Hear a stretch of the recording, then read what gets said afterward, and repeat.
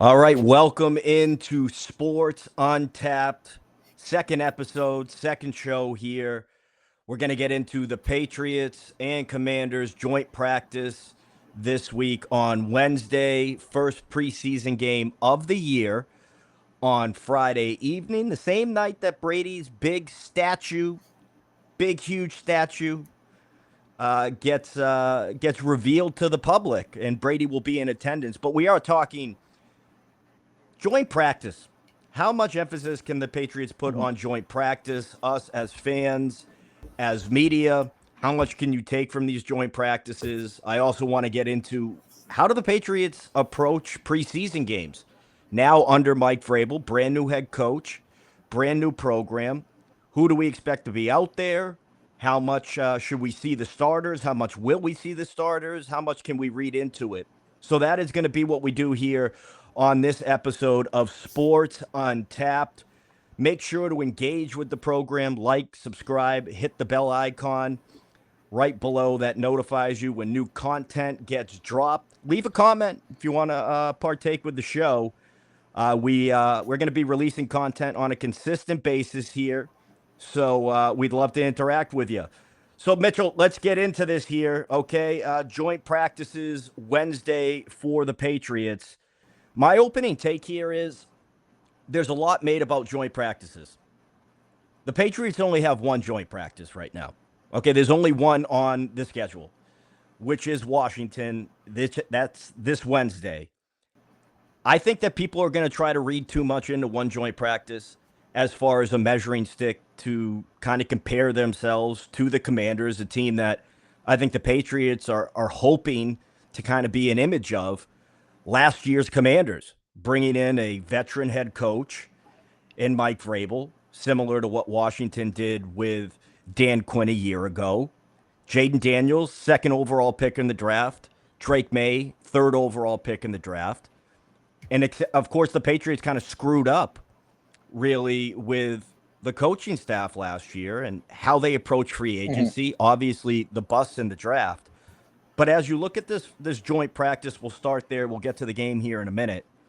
What are you expecting to learn from joint practices from a Patriots standpoint? How much do you think we'll be able to glean into the reports from Wednesday's joint practice with Washington? I think when it comes to joint practices, like most joint practices, it's just about intensity. I think as a coach, you're looking to see, who are going to be your energy guys.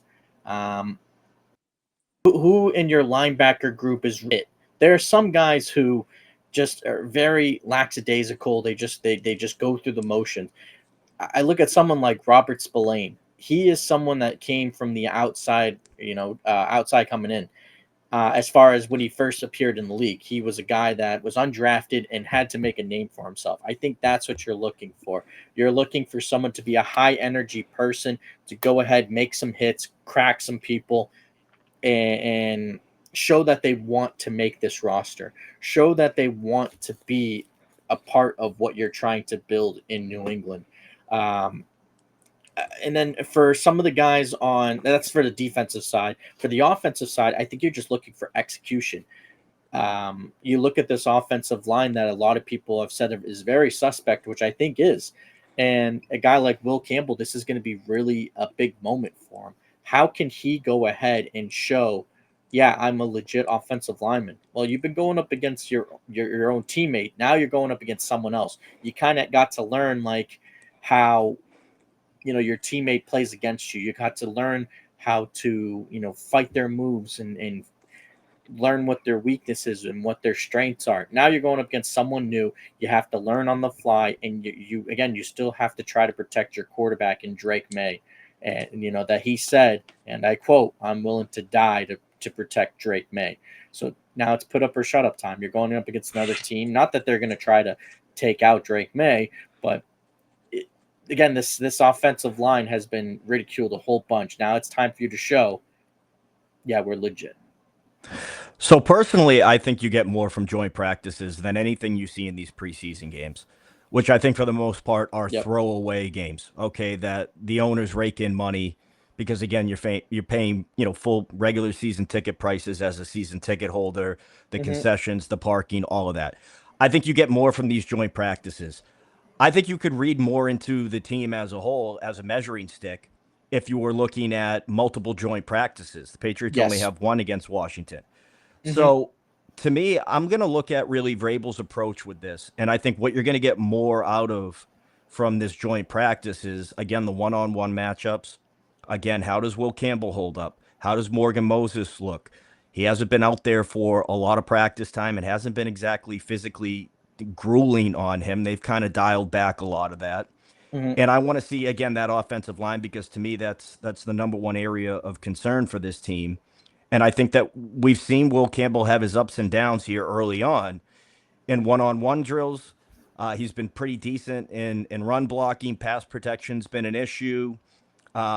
Again, what does he look like against other opponents, guys that he hasn't been facing in practice Hmm. here for 11 practices now, and then going back to mandatory camp, OTAs, rookie mini camp, because I think it's a real concern of this team at this point in time, what we've seen from Will Campbell. It doesn't mean he can't be a left tackle in this league, but I do think, again, with there being so much pressure on the fourth overall pick, who by a lot of people's opinion was the best tackle in the draft, but wasn't necessarily a franchise tackle compared to other drafts because this draft class was just, it was weak at the position. And it Hmm. was kind of like the Patriots didn't have a lot of options there, a lot of good options outside of taking a need, which was Will Campbell. So far, he hasn't really been holding up as you would expect the fourth overall pick to just slide in. And he Yep. hasn't really been pushed all that much. I think you take more from individually how do these guys look against players in Washington and a group in Washington that's been in a system now for a year under Dan Quinn that went to the NFC Championship game last year, that obviously has the quarterback in play there with already a small but a reassured track record based on what Jaden Daniels did last year. And then I look at the positional groups, and again, this wide receiver group, how does that shake out? Stephon Diggs is by far, to this point, the best receiver that you have, better than anything that you have.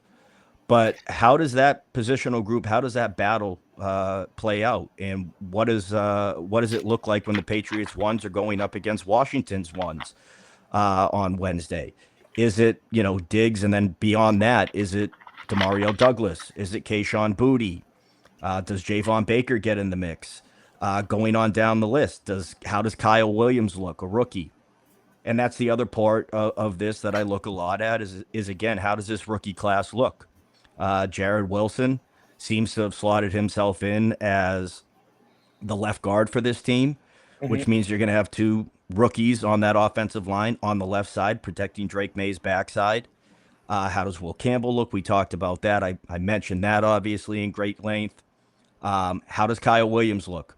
The speed is there, but he's had some ups and downs with some drops in camp. Travion Henderson, the second draft pick, I should say, of the Patriots, second round draft pick.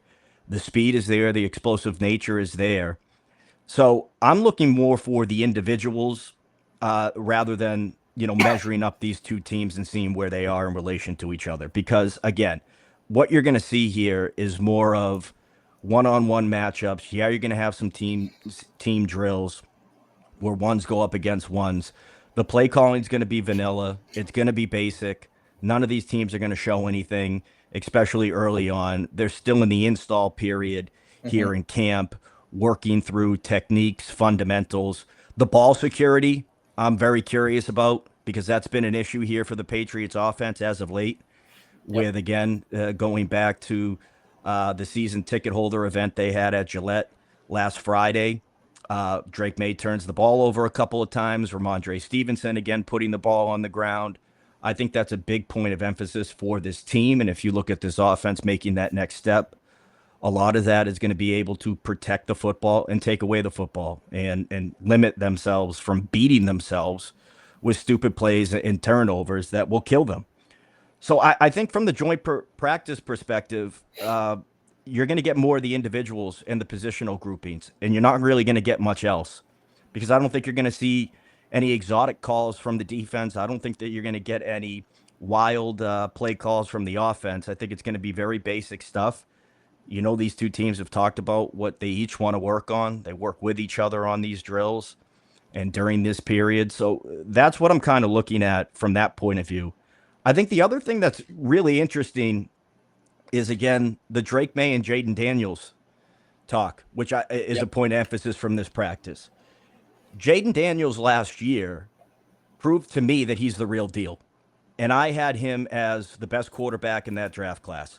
I had him above Caleb Williams, and I had him above Drake May. And Yep. Me there's a too. lot of hope. There's a lot of promise in Drake May, a lot of reasons to feel encouraged by some of what you saw last year. Jaden Daniels proved it. I mean, Drake May won Yes. one game that he started. Jaden Daniels proved it from a pocket passer presence, from, again, the mobility aspect, the leader, late game, being able to pull his team down, win because of him. Still questions that kind of loom out there for Drake May, which I think, again, I go back to that Denver win a couple of years ago under Bill. I think it was Christmas Eve, where what was it, Ryland hits that field goal. The Patriots win that game, and they screw themselves out of being that number 2 pick in that draft Yep. and having a real opportunity to decide between two quarterbacks. They made the right pick and not moving down in that draft, selecting Mhm. Drake May. That was, to me, the right decision. But again, I ask you, Jaden Daniels or Drake May? And I really like Drake May. I believe in Drake May. I think that he can be as good as Jaden Daniels, but he's not there yet. And Yeah. Jaden No. Daniels was proven right away to be able to step in, start week one. And I think a lot of that had to do with the coaching staff. And I go back to Robert Kraft and the handling of the whole Gerard Mayo era and building around Drake May. Washington, of all places, got it right. And the New England Patriots, 6-time Super Bowl New England Patriots, screwed it up.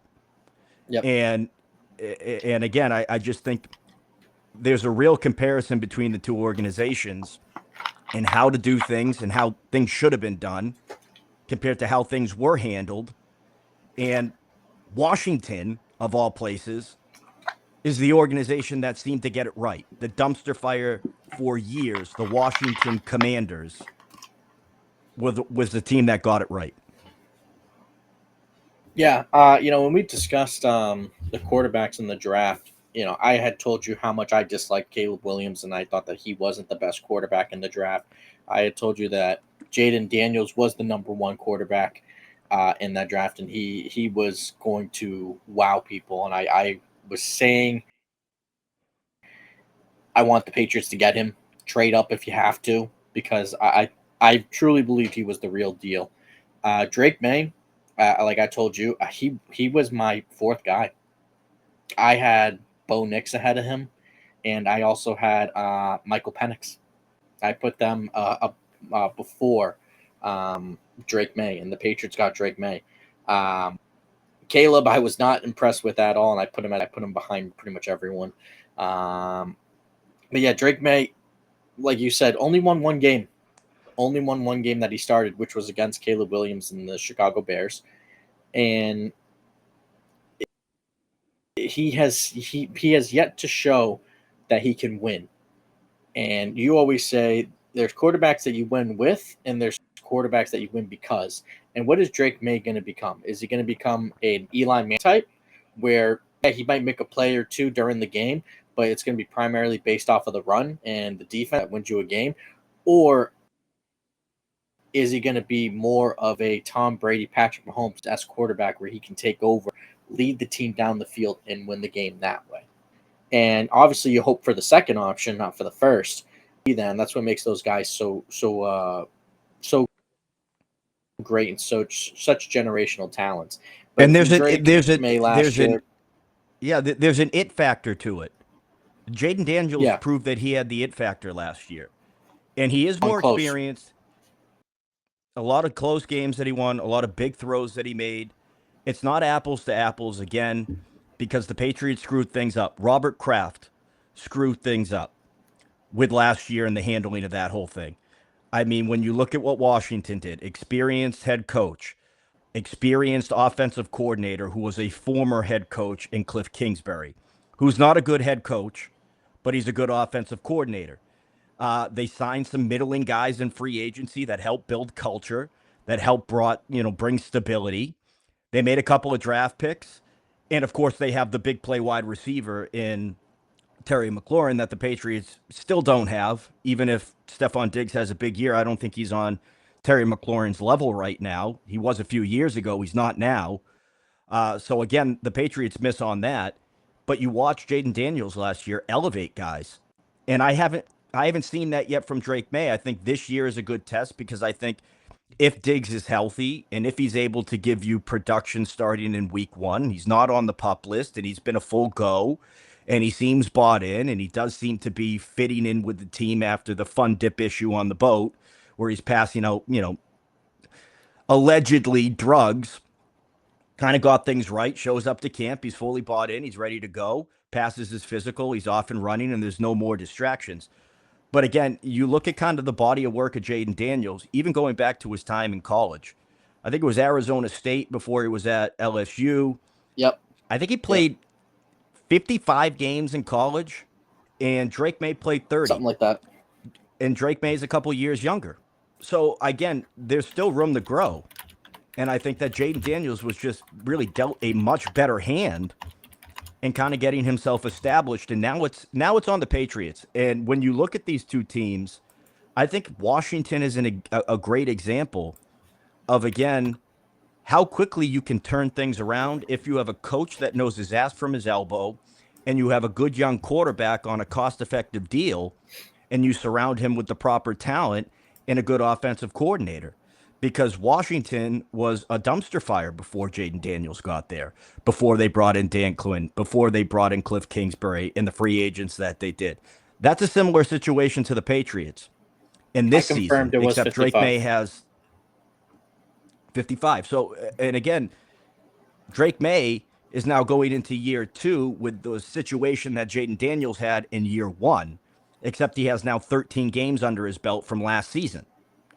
So again, this is why I think teams can go, from bad to at least respectable pretty quickly. And that's what I'm expecting from the Patriots. But when you look at these two organizations, it's hard not to have those comparisons and ask those same questions again.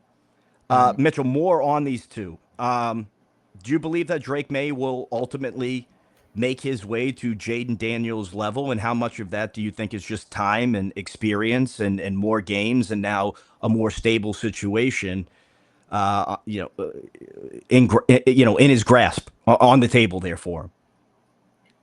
Yeah, I think it's going to boil down to just the time. And the reason why I say that is because he didn't play that much in college, so he didn't get to develop those tools that he needs. We saw last year he was working with AVP, and AVP was able to get the footwork and some of those little details down with him. But now I think it's the mental aspect of the game. I think that part of the game needs to be broken down. The leadership quality too. I'll throw Yeah, that in there. yeah, and I think that comes with age. I think not every quarterback comes out of the into the league being a leader. It depends on like who's in that locker room too. Like I look at again Eli Manning, like we mentioned earlier. I don't think he was the leader until probably after that first Super Bowl victory because you had Michael Strahan in that locker room, you had Jeremy Shockey, you had Tiki Barber, and those were very vocal guys. I think it just depends on your situation. But I think the Patriots for leadership, it's wide open, and I think that's why they dismissed a lot of or released whatever term you want to use, a lot of the captains from last year. Juwan Yeah. Bentley. Can I also speculate about something too? Yep. And this is speculation. Jacoby Brissett, not the best bridge quarterback to help bring out the most in a young quarterback from the leadership standpoint. Is it fair to say that? Because I again, you go back to the quotes, and I think he's kind of a dick, to be honest, from everything that I've heard, but behind the scenes. But Joe Milton criticized again the Patriots, and he just said that organization, where I was before, and I'm paraphrasing, mhm. and talked about how Dak Prescott has been really, pushing him and showing him the ropes there in Dallas. and it wasn't the same in the last place that it was at. Of course, one season in New England. So is it fair to question, was Jacoby Brissett empowering the voice of Drake May, or did he feel like, no, this is my team, going back to Gerard Mayo and Alex Van Pelt in that offseason where, yeah, they said everybody's going to compete for a job, but the talk didn't align with what you were seeing on the field because Drake May was the better quarterback going to training camp last year. And in preseason games, he showed he was the more capable quarterback out of the two. But yet Jacoby Brissett ends up with the job and plays 5 weeks into the season Mm-hmm. or whatever it was. So again, I also think that kind of couched that leadership quality in Drake May because he didn't feel right stepping in the building saying, this is my team and I'm gonna use my voice, which is something I think you do have to grow into at the NFL level. Some guys have it from day one, but I think also as a backup quarterback, it's hard to say this is my team when you have a guy in front of you and a Mm-hmm. staff that's kind of pushing that it is their team, even if they're selling to the fans and the media that no, this is a competition. It wasn't an honest competition, and Yeah. if it was, it would have been Drake May starting in week one, and there wouldn't have been any questions. Yeah, I think so. I go back to when Mahomes was drafted, and Mahomes played really good in the preseason, and they shut it down immediately when they asked, like, "Oh, is Mahomes gonna? Alex Smith is our starter." They didn't say, But "Well, it's that a was a compliment." good team in Kansas City Uh, with a well, with a capable well, starting quarterback that, say what you want about Alex Smith, yeah. was able to take that team to the playoffs. Well, Jacoby then, Brissett was not capable of doing that, especially with the roster and the coaching staff that he had. then let's kick it to another Alex Smith team, the 49ers in 2011. This is a team that won 5 games in 2010, or maybe it was 6. Does whatever. It was the last year with Mike Singletary, and they drafted Colin Kaepernick in the second or third round out of Nevada, and Harbaugh immediately said, "No, Alex Smith is our starter." He could have said it's a competition. We drafted Colin high, and Alex Smith has been here, but no, it's Alex Smith is our starter. He said that fully knowing that, like, Colin might be a little hurt by it, but when the time comes, we hope that he can step up, and he ended up stepping up. I believe it was the following season, or maybe it was 2 years later.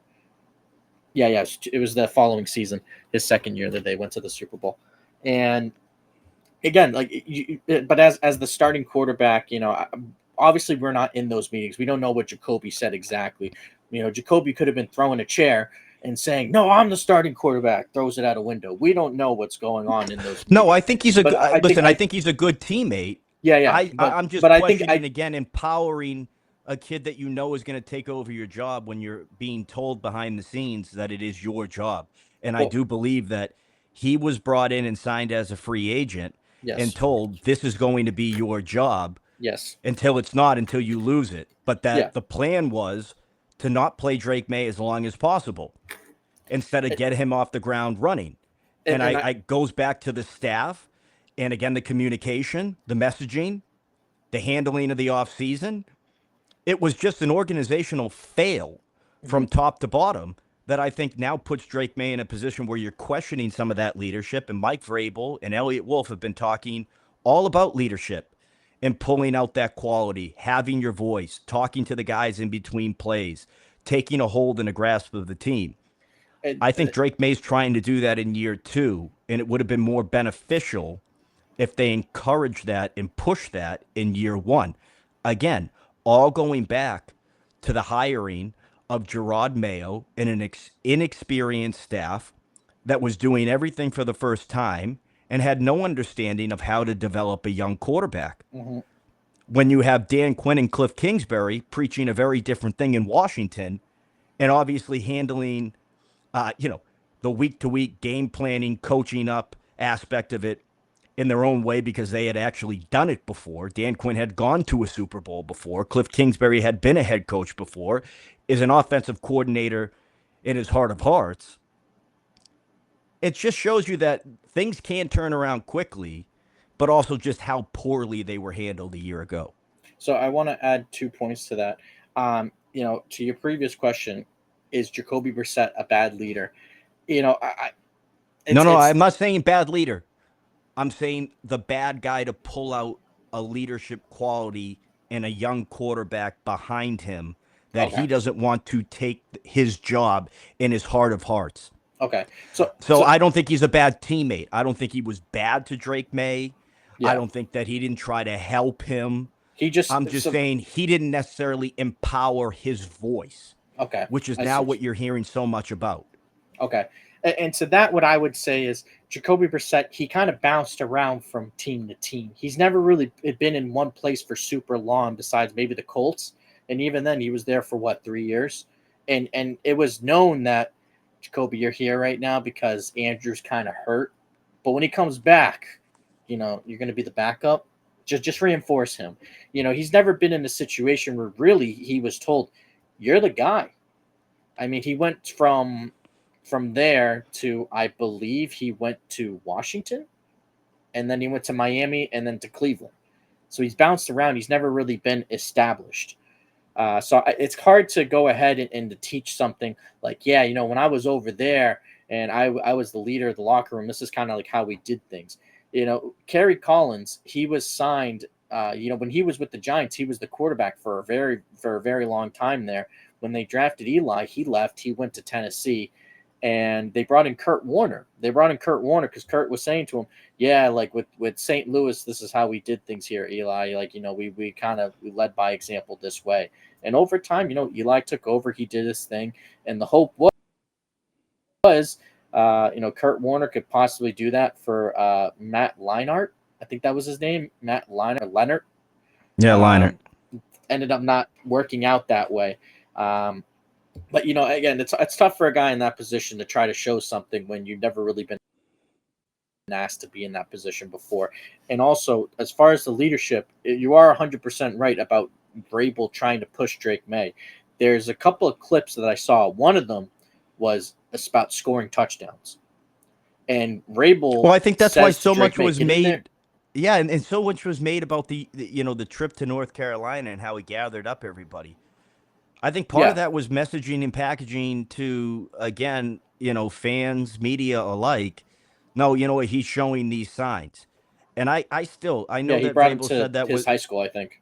yeah, and I know that Vrabel said that was all put together by Drake May, and he got all the Yeah, travel details and reached out to all the guys. Even if he did, I have to believe behind the scenes someone got to him and said, "I think you really should get this all together. I think you should plan this out. This is something that you need to do." Instead of just kind of knowing it. And again, that's typically what comes with a young quarterback, especially a guy that didn't have to do it a year before because he wasn't in that position a year before. Mitchell, I want to move on wait, to. I actually got a clip. Okay. I got one clip to show you, Get and this down is there, this was Drake! Rabel the other. Oh, this is Rabel the other day talking to Drake May about celebrating with the team and being a Get leader. down there, Drake! I just really want to, if we got to play, like, go get in there. You know what I mean? It's hard. Like, how many touchdowns you guys scored last year? The answer is not enough. That's it. I There's don't one think the answer. volume's up on that, Mitch. Nope, it is. Oh, it's playing. I stand corrected. Yeah. Not enough. We got to score them.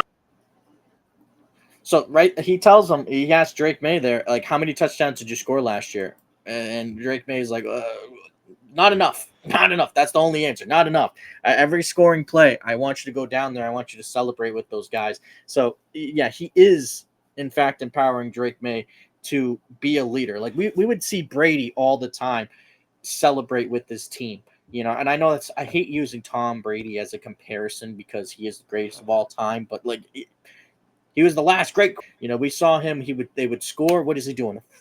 Throwing the fist out, saying "Let's go!" Spiking the ball with someone or joking around or just getting pumped. And Drake May needs more of that.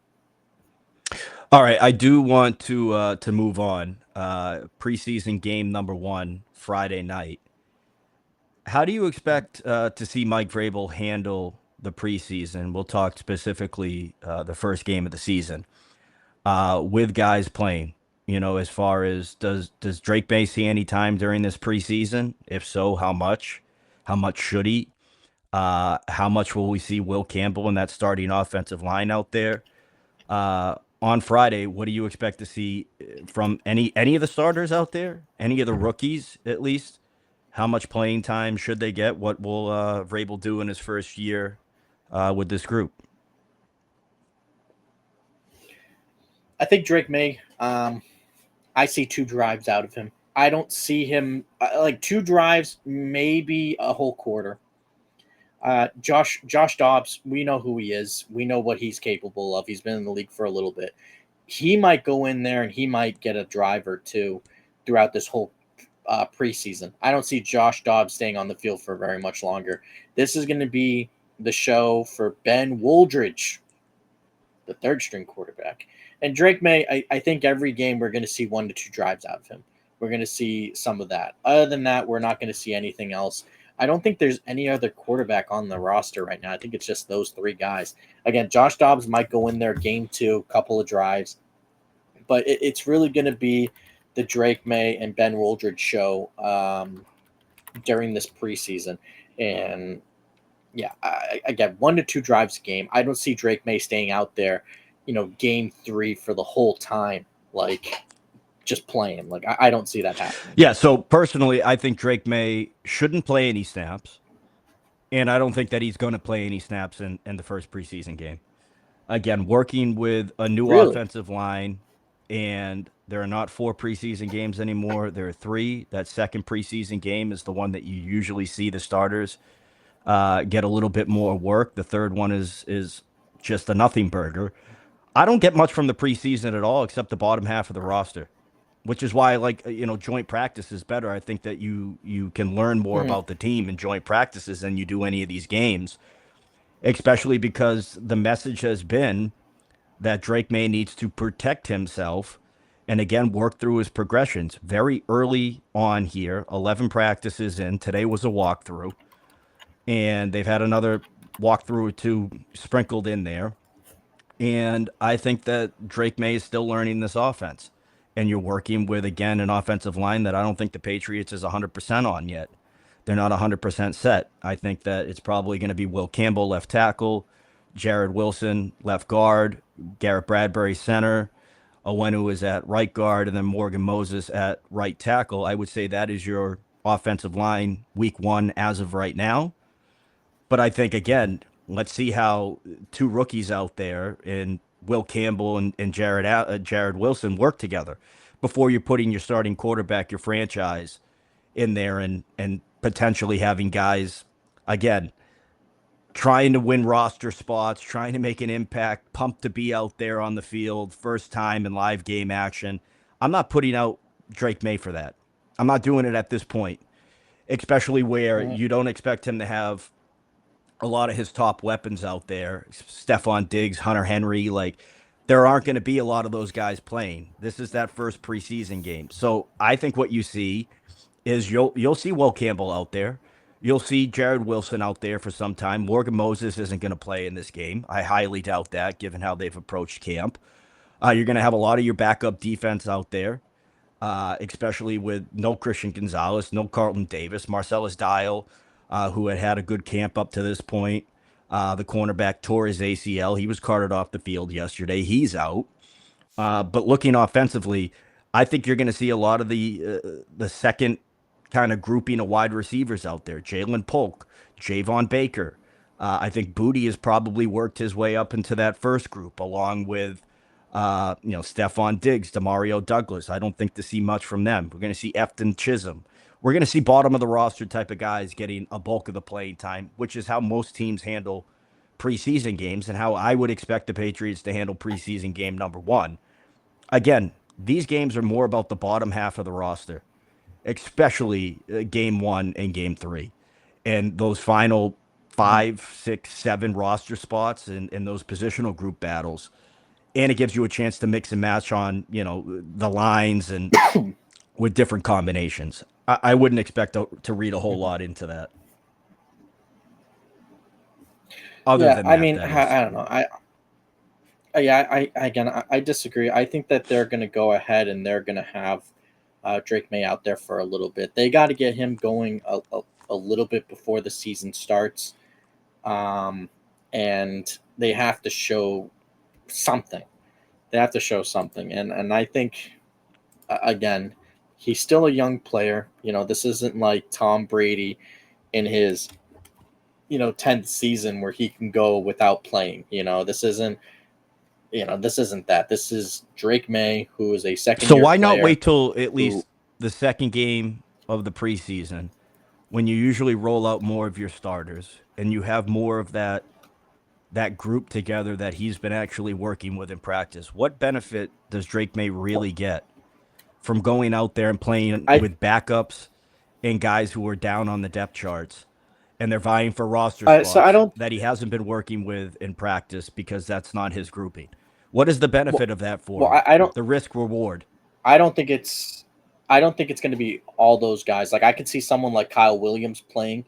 Like when I think Drake May is playing, they're not going to put those guys out there. There again, it's just going to be for 1 to 2 drives, and then those other guys are going to have the rest of the game to play. So if he plays, it's one Um, series and he when hands they the ball off 2 times and he throws a screen pass for 3. I don't think you get anything out of that. I think it would be stupid. I Yeah, but I don't think they're gonna do that. I think they're gonna maybe they'll let him rip it. I would like to see them let him rip it a little bit, but even then, it's just about getting guys out there that he hasn't worked with before.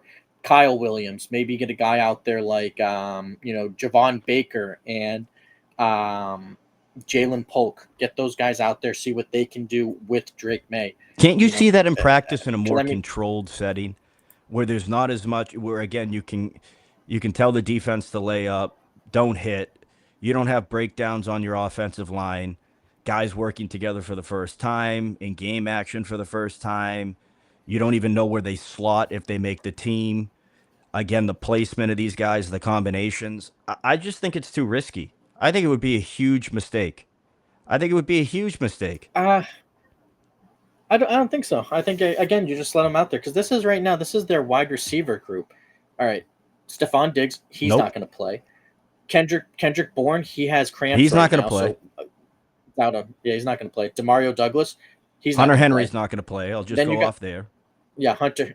Hunter Henry, His yep. And then you security got blanket from Kayshawn last Booty, year. yeah, Kayshawn Booty. I don't think he's going to play. Kyle Williams, he's a rookie, he's going to play. Jalen Polk, he'll If he, play. well, I'll John throw Giles, Polk will play if he's healthy enough to play because he missed so much of yes, time in camp here. Is he at that period? Is he ramped up enough to get him out there in game action? yeah. And then you have John Giles, Javon Baker, Eftim Chisholm, and Jeremiah Webb. I think again that's 1, 2, 3, 4, 5, 6. You got six And how many of those receivers, guys is he going to be and throwing to in the regular season? And how many of those got Kyle okay? Williams, Kyle Williams, so that's one. Don't you think he's been working and with and then Kyle again, Williams? yeah. But I think what you have to take. So you got Stephon Diggs. He's a lock. I think he makes it. Demario Douglas. I think he's a lock. Kendrick Bourne. I think it's up in the air with him. I think he's on the Kayshawn outside Booty. looking in. I No, Kayshawn. Bourne. Oh, Kendrick Bourne. Okay, yeah, I think so too. Mac Hollins. Yep. He makes the roster. And Mac Hollins will not Kayshawn play Booty. tomorrow. I Yep, mean, yep. excuse me, Friday, Uh, not tomorrow. yeah, and Kayshawn Booty. I think He he should makes it. make the team. I He's had a good Yeah, connection I think so. with May in camp so far. Uh, Yeah. So that's 4 guys right there that you have confirmed: Stephon Diggs, Kayshawn Booty, Mac Hollins, Demario Douglas. Kendrick Bourne, like we said, we think he's on the outside looking in. So I think Kyle Williams of makes the course. roster. That gives you 5 receivers. Now you just have to figure out who's going to be that 6th guy. And that you drafted Jalen Polk in the 2nd round. You drafted Baker in the 4th. Chisholm's undrafted, and those are the 3 main guys that we heard a lot I don't about. put my starting So quarterback out there to see who's the 6th receiver who sees limited playing time in the regular season and you can get reps with in practice, including in joint practices where these guys are actually out on the field. I don't see that being a time to try to build up a chemistry with those guys. I just think it would be stupid. I'll say it right now. If Drake Bay plays on Friday night, I think it's stupid. And I will fully own that. Whether he plays or not, I can't tell you definitively. If he plays, stupid. Stupid. In my opinion. yeah, I think he's going to get out there just for 2 series. I think that's it. Like nothing crazy. 2 drives. I mean, we saw last year he did one drive and they handed it off 2 times. Yeah, it played And one. then he It played threw a one screen, series, and that was it. and we were scratching at the bit. Yeah, Yeah, one yeah. We were series. like, It was the okay, what biggest happened there? letdown of the Yep. early goings. Many more to come. I mean, maybe that's what they do. I mean, but I think he's going to get All right. out there at some point. Oh, well, that's your prediction. I hope we'll it's not that. We will be revisiting this. All right. Well, that's been For sure. our breakdown here of joint practices or joint practice with Washington this week, and preseason game number 1. The expectations behind Drake May playing. That's been a differing view that Mitchie and I have. Very differing. I'll say it again. Stupid if he plays. Stupid. And Mike Vrabel is not stupid. So we'll see. Mitchell has been right on a lot of predictions in the past. I really hope you're not right about this one. I really do. I really do. I've been spot on with the record 2 or 3 times. But I had the record proper, or more accurate, I should say, last season. I did. This so past right year. now, Yeah, I said right now, as the kids say, I'm standing on business. Well, I'm standing on business. I said 9. Standing on business. I said 9 games last year. Oh boy, was I wrong. Yeah. They got 4, so I'm halfway. Yeah, just halfway. Just halfway. All right, that's Sports Untapped. That is we untapped it for now. We untapped it for now. More content to come here. Again, engage with the program. We're new. We would love to hear from you. We would appreciate a like, a subscribe, hit the bell icon, get the notifications of when we come out with new content, because we're going to be dropping it on a regular basis. Leave a comment, and we'll talk to you next time.